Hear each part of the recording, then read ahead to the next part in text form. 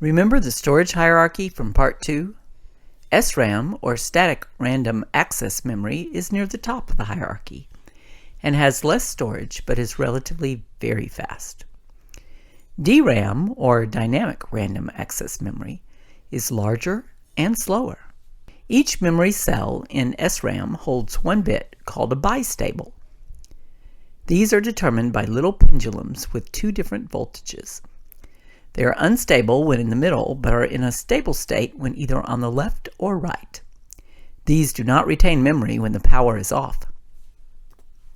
DRAM cells are made of a capacitor and an access transistor. This memory costs 1/1000th of what SRAM cost per bit. It is not persistent memory and is so vulnerable to any kind of disruptions that the designers have it rewrite things and add extra bits to detect errors. DRAM is organized as matrices of information. Yay, matrices! ROM stands for read-only data, which is not volatile, unlike RAM. However, this is a bit of an outdated name since most ROM used today can edit as well. For example, flash memory is very common and is the underlying structure of solid-state disk or SSDs. ROM devices are often called firmware. This is a type of software, so it's firm and soft, like a good mattress. Disks are a common form of storage. One or more of these rotating disks make up a disk drive. These disks spin at about 15,000 revolutions per minute around the spindle. The disk's surface is composed of tracks that have little sectors. So these tracks are more like dotted lines than solid ones.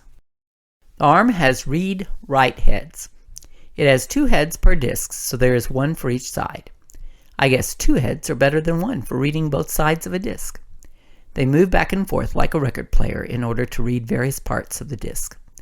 These heads sit only 1/10 microns above the disk, which is insanely small. There is also flash memory. Many people prefer this over disk. Reading is substantially faster on these devices than writing. Rewriting can happen on an order of 100,000 times before wearing out. They are made of semiconductor memory, which have no moving parts. This is how a cache set is organized. The validity bits and tags tell you stuff about the data.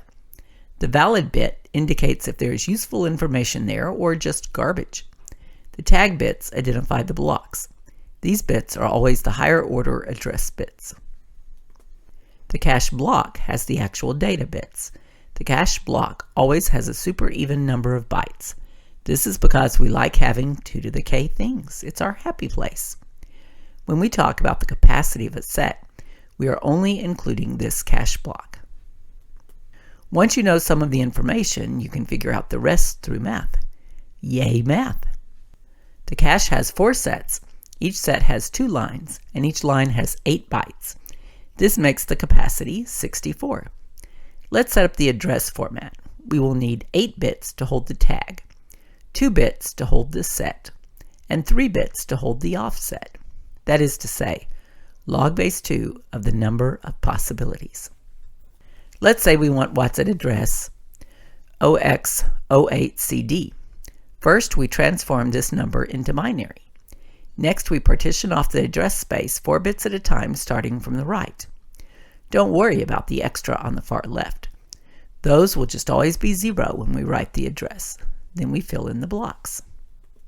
Now we see that there is a 0, 1 in the blocks that show the set, so we look there. Once in that set, we look for the tag in our address, and sure enough, we find 46. If we didn't find the tag, it would be a miss.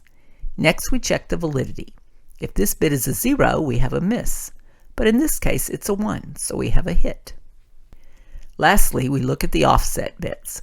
This shows us which byte we want in that line. In this case, it's byte 5. We now have our answer, which is F4. It may feel weird to have the byte boundaries across different sections after using padding all the time.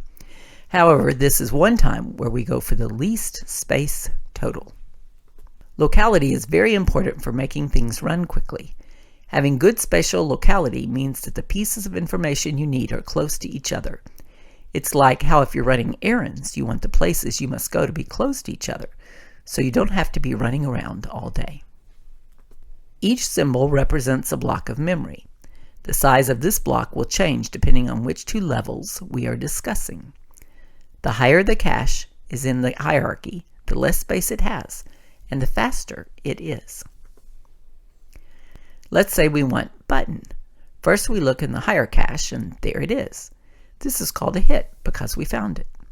If we are accessing the same blocks over and over, it is very helpful to have them in the higher cache. This is temporal locality.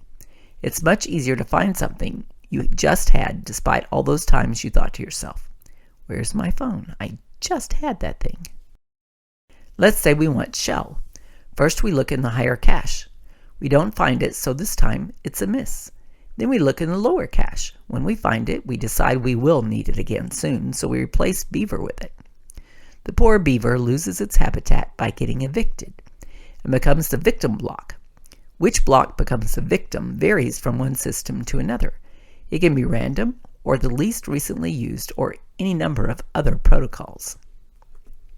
Virtual storage is how you see all your files and programs neatly organized.